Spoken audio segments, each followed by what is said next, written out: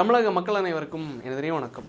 இந்த toxic content அப்படிங்கிற ஒரு விஷயம் இருக்குல்ல, எது கிடச்சா போதும், எப்படியாவது சாப்பிட்டு இன்றைக்கி சம்பாரிச்சிடணும், எப்படியாவது இன்றைக்கி ஒரு டார்கெட்டை ரீச் பண்ணிடணும், எப்படியாவது இன்றைக்கி ஒரு 5000 10,000 20,000 ரூபாய் சம்பாரிச்சிடணும் அப்படிங்கிறது. இன்றைக்காவது அடுத்தவங்க பெட்ரூமுக்குள்ளே ஒரு சம்பவம் நடந்திருக்கு, இதை பற்றி பேசாமல் இருப்பாங்க, வேறு ஏதாவது விஷயத்தை பற்றி பேசுவாங்க, வேறு ஏதாவது நல்ல செய்திகள், எவ்வளோ விஷயங்கள் இருக்குது. நேற்றுக்கெல்லாம் நம்ம பேசின ஒரு விஷயம் என்ன தெரியுமா, இதே விஜய் அவர்களுடைய டைவர்ஸ் நியூஸ் வரும்போது அதை பற்றி பேசாமல் அந்த 2 வயசுக்கு வேறு ஒன்றும் இல்லை. நான் நினச்சிருந்தேன்னா நேற்றுக்கு அந்த வீடியோ பேசியிருந்தேன்னு வைங்களேன், அது ஒரு கமர்ஷியலாக யோசிச்சுருந்தோன்னா 50,000 வியூஸ் 1,00,000 வியூஸ் போயிருக்கோம். நான் சம்பாரிச்சிருக்கலாம் நம்ம. ஆனால் என்ன பண்ணியிருந்தோன்னா 2 வயசு குழந்தைய கிருஷ்ணகிரி மாவட்டத்தில் ஒரு திமுக நிர்வாகி ஒரு நாய் ஒருத்தன் அந்த பச்சில் குழந்தைன்னு கூட பார்க்காம அந்த குழந்தைய ரேப் பண்ணி கொலை பண்ணியிருக்கா அப்படிங்கிற அந்த நியூஸை நம்ம பேசணும். இந்த டைவர்ஸ் இஷ்யூவை பற்றி நம்ம பேசவே இல்லை. இத்தனைக்கு நம்ம நைட்டு தான் பதிவு பண்ணியிருந்தோம். அதை பேசணும்னு நினச்சா பதிவு பண்ணியிருக்கலாம். ரெண்டாவது இன்னொரு விஷயம் என்னன்னா, ஒட்டஞ்சத்திரம் தொகுதியில் ஒரு பையனை ஜனவரி 30ஆம் தேதி கொலை பண்ணி அவனோட ஆணுறுப்பை அறுத்து நெஞ்சில் ட்ரில்லரால் ஓட்டை போட்டு கொலை பண்ணியிருக்காங்க அப்படிங்கிற ஒரு விஷயத்தை பேசியிருந்தோம்.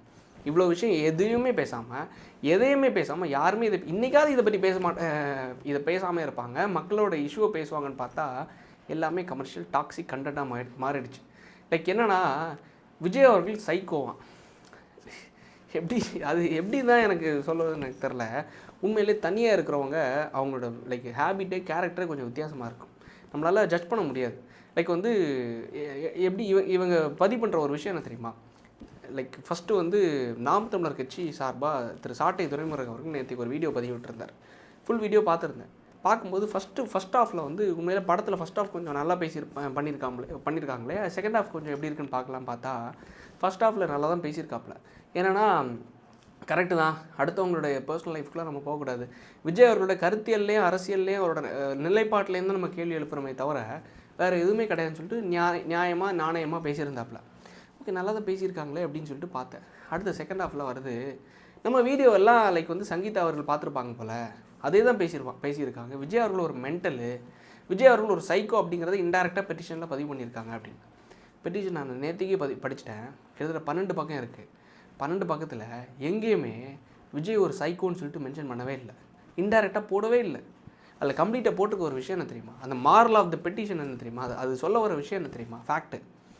கம்ப்ளீட்டாக விஜய் அவர்கள் கிட்டத்தட்ட 3-4 ஆண்டுகளாக என்னையும் சரி என்னோடய பிள்ளைங்களையும் கவனிக்கல, எந்த ஒரு மெயின்டெனன்ஸும் எங்களுக்கு ஒரு இல்லற வாழ்க்கையில் நாங்கள் இருக்கிறோன்னா அதை அவர் கணவனுக்கான எந்த விஷயமே எங்களுக்காக டைம் ஸ்பெண்ட் பண்ணல அப்படிங்கிற ஒரு விஷயத்தை பதிவு பண்ணிட்டு, ஒரு நடிகை 3வது ஒரு நடிகை இன்வால்வ் ஆகியிருக்காங்க. அந்த நடிகை இன்வால்வ் ஆன ஒரு காரணத்தினால இவங்களோட ஒரு நற்பெயருக்காக, நான் கணவனோட நற்பெயருக்காக இன்னும் ஸ்டில் ஷோஸ் அ வெல்விஷராக இருக்கிற ஒரு காரணத்தினால நான் பேரை வெளியிட விரும்பலை. இந்த யூடியூப், இன்ஸ்டாகிராம், ஃபேஸ்புக் இந்த மாதிரி சோஷியல் மீடியா தளங்களில் இது மாதிரி பேச வச்சு நடிகையோட பேரை என்ன ப்ரெஷர் பண்ணி மென்டல் டார்ச்சர் பண்ணி வச்சிடாதீங்க அப்படிங்கிறது தான் மென்டல் டார்ச்சர்னு பதிவு பண்ண ஒரு விஷயம். ஆனால் தம்பிகள் எப்படி பரப்புகிறாங்க தெரியுமா, ஒரு பக்கம் நல்லவங்க மாதிரி பரப்பி அதையும் ஷார்ட்ஸை கட் பண்ணிவிட்டு, இன்னொரு பக்கம் என்னென்னா விஜய் ஒரு மென்டல்னு சொல்லிட்டு சைக்கோன்னு சொல்லிட்டாங்க அப்படிங்கிறது பதிவு பண்ணியிருக்காங்க.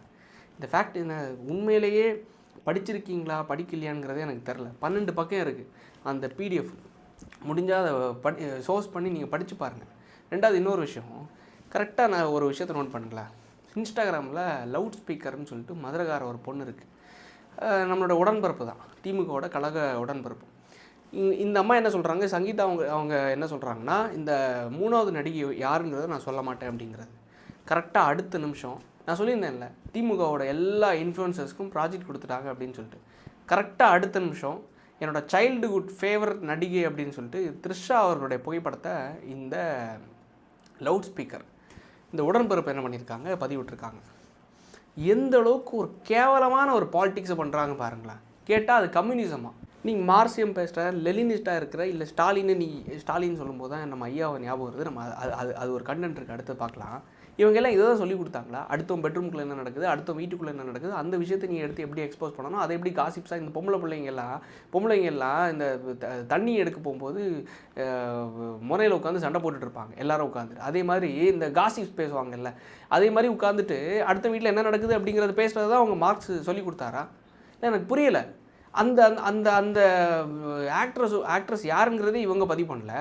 இந்த பொண்ணு என்ன பண்ணியிருக்கு, இதுதான் அந்த ஆக்ட்ரஸ் அப்படின்னு சொல்லிட்டு மை சைல்ட்ஹுட் ஃபேவரட்ஸ், இதுதான் அவளோட நேரம், இந்த டைமில் தான் சைல்ட்ஹுட் ஃபேவரட்னு சொல்லிட்டு பதிவிடணும். நான் கரெக்டாக சொல்லியிருந்தேன்ல, ஒய்எம்சிஏ மைதானத்தில் ஒரு வாரத்துக்கு முன்னாடி தான் இன்ஃப்ளூயன்சர்ஸ் மீட் நடந்துச்சு. அந்த இன்ஃப்ளூயன்சர்ஸ் மீட்டில் உடன்பிறப்புகள் நிறைய இந்த மாதிரி ஐயாவுக்காக துதிபாடுற பிள்ளைங்களெல்லாம் கூட்டு உட்கார வச்சு, பத்திரிகையாளர்களை உட்கார வச்சு ப்ராஜெக்ட் மாதிரி கொடுத்துருந்தாங்க. அதான் எல்லாம் பேசிகிட்டு இருக்கு அப்படின்னு சொல்லிட்டு. இதுதான் வேறு ஒன்றும் இல்லை. எல்லாத்துக்கும் காரணம் துட்டு. 2 வயசு குழந்தை இறந்துச்சா அதெல்லாம் பேசக்கூடாது, அதெல்லாம் எதுவுமே இது பண்ணக்கூடாது.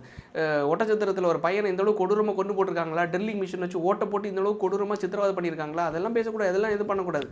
த்ரிஷாவை எடுத்து புகைப்படத்தை எடுத்து போடணும், அது அப்படி விவாதமாக்கப்படணும். அப்படி நம்ம வந்து லைக் கொஞ்சம் சர்ச்சையாகி விட்டோன்னு வைங்களேன், திமுக மேலே இருக்கிற எல்லா குற்றச்சாட்டுகளும் அப்படியே டைவர்ட் பண்ணி விட்டுறலாம். என்னடா உலகமாக மீடியாவே நீங்கள் போட்டி போடுறீங்க போலே. சரி, இதுக்கு முன்னாடி நீங்கள் இந்தளவு யோக்கியமாக பேசுகிறீங்களே, நீ யோக்கியமானு கேள்வி கேட்டால் டப்பா டான்ஸ் ஆடிடும். சரி, உங்கள் சின்ன தளபதி இன்றைக்கி இருக்கிற நம்ம சின்ன ஐயா இன்பநிதி அவர்கள் வெளிநாட்டுக்கு பந்து விளையாடுறதுக்கு போனாரே, அங்கே போய் விளையாடின நியூஸ் எல்லாம் நீங்கள் பார்த்தீங்கன்னா கேவலமாக இருக்காது? பேச ஆரம்பித்தா எவ்வளோ அசிங்கமாக இருக்கும்.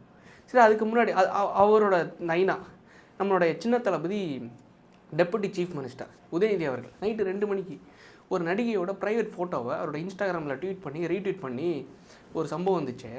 அதை பார்க்கும்போது மக்கள் கேவலமாக பார்க்கல. சரி, அவருக்கும் ஒரு இல்லற வாழ்க்கை இருக்குல்ல, ஒரு திருமண வாழ்க்கை இருக்குல்ல, அவருக்கும் 2 பிள்ளைங்க இருக்காங்கல்ல, அதை மக்கள் கேவலமாக பார்க்கல. ஒரு டெப்புட்டி சீஃப் மினிஸ்டர் செய்கிற வேலையாது, பொது வாழ்க்கை வந்த ஒரு சீஃப் மினிஸ்டர் செய்கிற வேலையாது. சரி, அண்ணாமலை அவர்கள் அதுக்கு முன்னாடி இதே நைனாவை பற்றி ஒரு விஷயம் பதிவிட்டார். ஏன்னா தாரா அக்காவுக்காக தான், நயன்தாராவுக்காக பால்டாயில் நயன்தாரா அவர்கள் வேணுங்கிறதுக்காக பால்டாயில் உதயநிதி அவர்கள் குடித்தார் அப்படின்னு சொல்லிட்டு ஒரு செய்தி வந்துச்சு. அது அவதூறா இல்லையாங்கிறது எனக்கு தெரியாது. ஆனால் அண்ணாமலை அவர்கள் பதிவு பண்ணியிருந்தார். என்னென்னா, என்னுடைய மோடி அவர்களுடைய புகைப்படத்தையோ, மோடி அவர்கள் வரும்போது லைக் அந்த டைம் ஒரு இஷ்யூ நடந்துட்டுச்சு, மோடியா லைக் உதயநிதியா அப்படின்னு சொல்லிட்டு ஒரு இஷ்யூ நடந்துட்டு இருந்துச்சு. ஸோ அந்த டைமில் நீ இது செஞ்சனா பால்டாயில் பாபுன்னு சொல்லிட்டு தமிழ்நாடு மொத்தம் இருக்கிற சுவர்களில் போஸ்ட் அடிப்போம் அப்படின்னு சொல்லிட்டு. அதுக்கு அர்த்தம் என்னென்னா வேறு ஒன்றும் கிடையாது. இதுதான் எனக்கு இல்லைன்னா நயன்தாரா அவர்களுக்காக உதயநிதி அவர்கள் வந்து பால்டாயில் குடிச்சிடும் அப்படின்னு சொல்லிட்டு ஒரு செய்தி வந்துச்சு. அது அவதூறு செய்தியாக இல்லைங்கிறது எனக்கு தெரியாது, பட் பரவலாக போயிட்டு இருந்துச்சு. அதை அண்ணாமலை அவர்கள் பதிவிட்டிருந்தார். சரி, அவருக்கும் நைனா ஸ்டாலின் அவர்கள் 80ஸ்ன்னு நினைக்கிறேன், அந்த டைமில் ஃபாத்திமா பாபுன்னு சொல்லிட்டு ஒரு ஆக்ட்ரஸ் ஒருத்தாங்க, இந்தியன் ஆக்ட்ரஸ். அவங்களுக்கும் ஐயா ஸ்டாலின் அவர்களுக்கும் லைக் ஏதோ உறவு இருந்ததா சோஷியல் மீடியா அந்த டைமில் இருந்த பத்திரிகையாளர்கள் எல்லாருமே எழுத ஆரம்பித்தாங்க. ஸோ அதுவும் உண்மையாக இல்லையன்றது எனக்கு தெரியாது, மக்களாகிய உங்களுக்கு தான் தெரியும். ஸோ அது உண்மையாக இல்லையாங்கிறது நீங்களும் கமெண்ட்ஸில் சொல்லுங்கள், நானும் தெரிஞ்சுக்கிறேன். அப்போது செய்திகள் பரவலாக போயிட்டு இருந்துச்சு. இன்றைக்கி கூட நான் ரெஃபர் பண்ணும்போது அந்த செய்திகள்லாம் வந்துச்சு. ஸோ அப்படியும் சம்பவங்கள் இருக்க தான் செஞ்சுதான் சொல்கிறாங்க. அதுக்கு முன்னாடி அவருக்கும் நைனா நம்ம கருணாநிதி அவர்கள் மேடையில் வச்சு பேசுகிறாரு. என்ன தெரியுமா, எனக்கு வந்து கல்யாணம் ஆனதுக்கப்புறமா நான் வந்து ராஜாத்தி அம்மாள் அவர்கள் கூட இருக்கிறது யாருக்கும் தெரியாது, நான் பாட்டுக்கு அப்பப்போ போயிட்டு வந்துட்டு இருந்தேன். என்ன நடந்துச்சு தெரியுமா, ராஜாத்தி அம்மாள் அவர்களை இவரும் உறவில் இருக்காங்க, ஐ மீன் வந்து ஒரு ரிலேஷன்ஷிப்பில் இருக்காங்க. முதல் மனைவிக்கு தெரியாது. ஸோ தெரியாத பட்சத்தில் கடைசியில் குழந்தையும் பிறந்துச்சு. யார், கனிமொழி அவங்களும் பிறந்துட்டாங்க. 1989 நினைக்கிறேன், 80 கனிமொழி அவர்கள் பிறக்கிறாங்க. கரெக்டு, சாரி, அதை மட்டும் கரெக்ட் பண்ணிக்கலாம். ஸோ அப்போ அவங்க பிறக்கிறாங்க. இவங்க பிறந்து அடுத்த வருஷம் வந்து அண்ணா அவர்கள் இறக்குறாரு. கனிமொழி அவர்கள் பிறந்த அடுத்த வருஷமே அண்ணா அவர்கள் இறக்குறாரு. ஸோ அண்ணாதுரை அவர்கள் ப்ரெஷர் பண்ணது மூலமாக கனிமொழி அவர்கள் லைக் கருணாநிதி அவர்கள் பதிவு பண்ணுறாரு. என்ன பதிவு பண்ணுறாருன்னா, கனிமொழி அவர்களுடைய என் மகள் கனிமொழி அவர்களுடைய அம்மா தான், தாயார் தான் ராஜாத்தி அம்மாள் அப்படின்னு சொல்லிட்டு. என் மகள், இது கமலோட உருட்டாக இருக்குல்ல, என் மகள் கனிமொழினா என் பொண்ணு தான், என் பொண்ணுக்கு அம்மா தான் ராஜாத்தி அம்மாள்னா அது என் மனைவி தானே. என்ன ஒரு உருட்டுன்னு பாருங்களேன். அண்ணாதுரை அவர்கள் இறக்குறதுக்கு முந்தின வருஷம் ப்ரெஷர் பண்ண ஒரே காரணத்தினால, நீ இதை சொல்லி ஆகணும், உன் மேலே குற்றச்சாட்டு இருக்குன்னு சொன்ன ஒரே காரணத்தினால டிஸ்க்ளோஸ் பண்ணார். ஒரு உறவில் இருந்துட்டு ஒரு திருமணம் பண்ணிகிட்டே இன்னொரு பக்கம் என்னென்னா, ஒரு உறவில் இருந்து குழந்தையும் பெற்றுக்கிட்டு கடைசி என்னென்னா அதையும் கடைசியில் கட்டாயத்தின் பேரில் சொன்னவரும் கருணாநிதி அவர்கள்.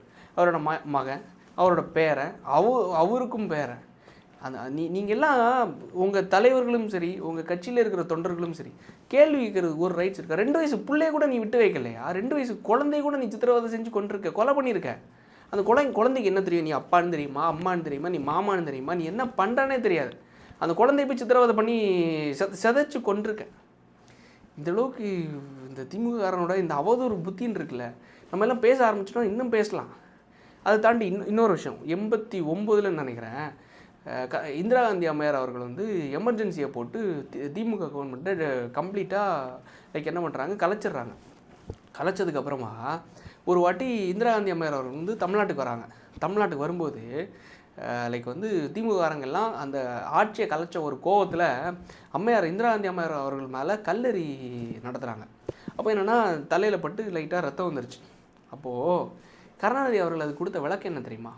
அவங்க வந்து அம்மையார் என்ற ஒரு காரணத்தினால மாதவிடாய் ரத்தமாக இருக்கும், ஸோ அந்த மாதவிடாய் ரத்தம் தான் இந்த ரத்தம் அப்படின்னு சொல்லிட்டு பதிவிடுறார்.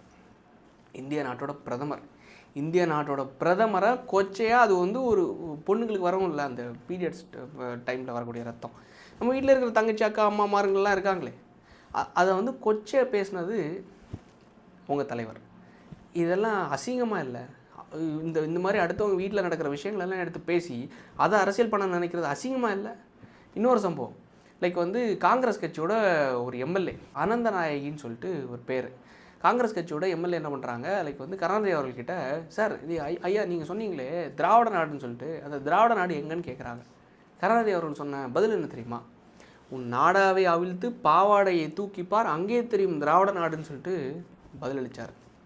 அதுக்கு அர்த்தம் தெரியும்ல, உன் நாடாவை அவிழ்த்து பாவாடையை தூக்கிப்பார் அங்கே தெரியும் திராவிட நாடுன்னு சொல்லிட்டு. ஒரு பெண் கிட்ட அசம்பிளியில் வச்சு கொச்சையாக பேசினவர் இதே கருணாநிதி அவர்கள். பொது வழியில் எப்படி பேசணும்னு தெரியாது, ஒரு இந்திய நாட்டோட பிரதமரை எப்படி விமர்சனம் பண்ணணும்னு தெரியாது, ஆட்சியை கலைச்சாங்க ரைட்டு, அதை எப்படி விமர்சனம் பண்ணணும்னு தெரியாது. லைக் வந்து ஒரு கட்சிக்காரன் ஒரு தவறு செஞ்சால் அதை கண்டிக்கவும் தெரியாது, அதை நடவடிக்கை எடுக்கவும் தெரியாது. ஸோ இந்தளவுக்கு ஒரு கீழ்த்தரமான ஒரு ஆட்சி நடந்துகிட்ருக்கு. தேர்தல் டைமில் இந்தளவுக்கு நடந்துருக்கு. கிட்டத்தட்ட 3 வருஷமாக இந்த டிவோர்ஸ் வந்து ப்ராசஸ் போயிட்டுருக்கு.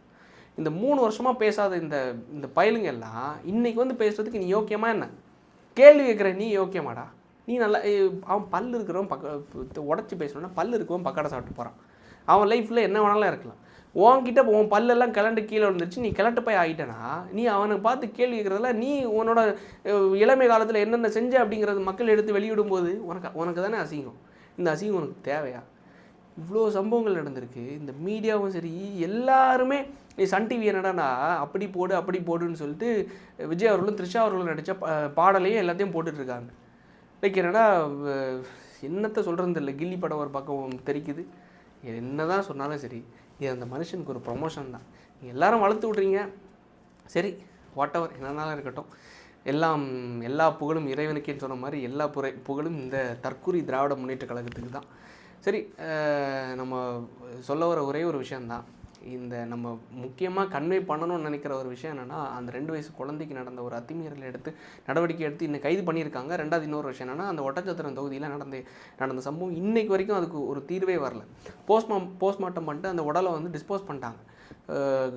குடும்பத்தில் இருக்கிற உறவினர்கள் வந்து போலீஸ்கிட்ட கேள்வி எழுப்புறாங்க, என்னையா அப்போ நீங்கள் உடலை எங்களுக்கு கொடுக்கணும், இல்லை சர்ச்சையாக இருக்குது அப்படின்னு சொல்லிட்டு. இல்லை, எந்த ரிசல்ட்டும் இல்லை, எந்த நடவடிக்கையும் இல்லை, அரசாங்கம் தலையிடலை. ஸோ இந்தளவுக்கு இருக்கிற ஒரு ஆட்சியில் இது ஒரு செய்தியா? இந்த டிவோர்ஸ் எல்லாம் ஒரு செய்தியா? எப்படி டைவர்ட் பண்ணுறாங்கன்னு பாருங்களேன். தயவு செஞ்சு தமிழக மக்கள் இந்த இன்ஃப்ளூயன்சர்ஸாக இருந்தாலும் சரி, இந்த பேச்சாளர்களாக இருந்தாலும் சரி, இவங்க பரப்புகிற அவதூறுகளை தயவு செஞ்சு கண்டுக்காதீங்க. நடக்கிற களத்தில் நடக்கிற நிகழ்வுகளை ஒவ்வொரு இஷ்யூஸையும் பாருங்கள். அப்போ தான் உங்களுக்கு தெரியும் தமிழ்நாட்டில் என்ன லட்சணத்தில் நடந்துகிட்ருக்கு. அதனால அந்த ஒரு காரணத்தினால தான் இவனுங்க இந்த அவதூறு என்ற ஒரு ஆயுதத்தை கையில் எடுத்திருக்காங்க அப்படிங்கிற ஒரு விஷயத்த. ஸோ தயவு செஞ்சு லைக் வந்து மேனிப்புலேட் ஆகிடாதீங்க. இதெல்லாம் பார்த்து லைக் திசை மாதிரி போய் திருப்பி அந்த கிழட்டு பயல்களுக்கு வாக்களித்து தொலைச்சி தமிழ்நாட்டை மறுபடியும் சுடுகாடு ஆக்கிடாதீங்க. பண்ண மாட்டீங்க நம்புகிறேன். நன்றி, வணக்கம்.